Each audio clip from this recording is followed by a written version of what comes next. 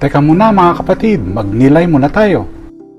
Sa Ebanghelyo ngayon, lumapit kay Jesus ang isang opisyal ng hari at nakiusap na pagalingin ang kanyang anak. Sinabi ni Jesus, hanggat hindi kayo nakakakita ng mga tanda at kababalaghan, hindi kayo maniniwala. Ngunit hindi siya sumuko at dahil sa kanyang pananampalataya, pinagaling ni Jesus ang kanyang anak. Hindi siya humingi ng agarang himala.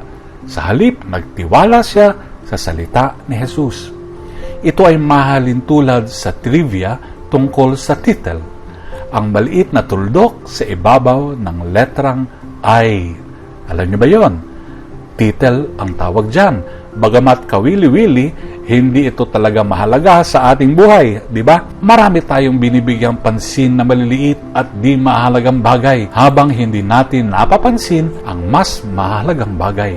Sa ating pananampalataya, minsan tayo rin ay naghahanap ng mga palatandaan o milagro bago maniwala.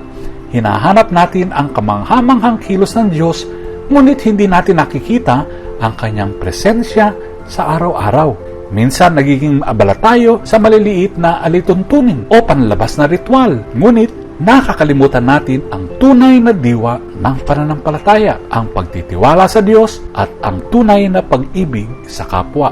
Ipinakita ng opisyal ng hari na ang mahalaga ay ang pagtitiwala sa salita ng Diyos.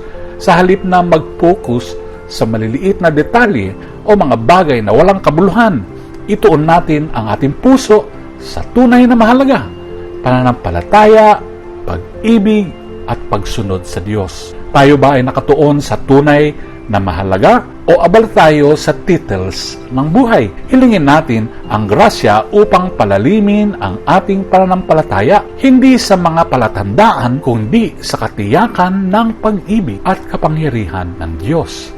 Amen.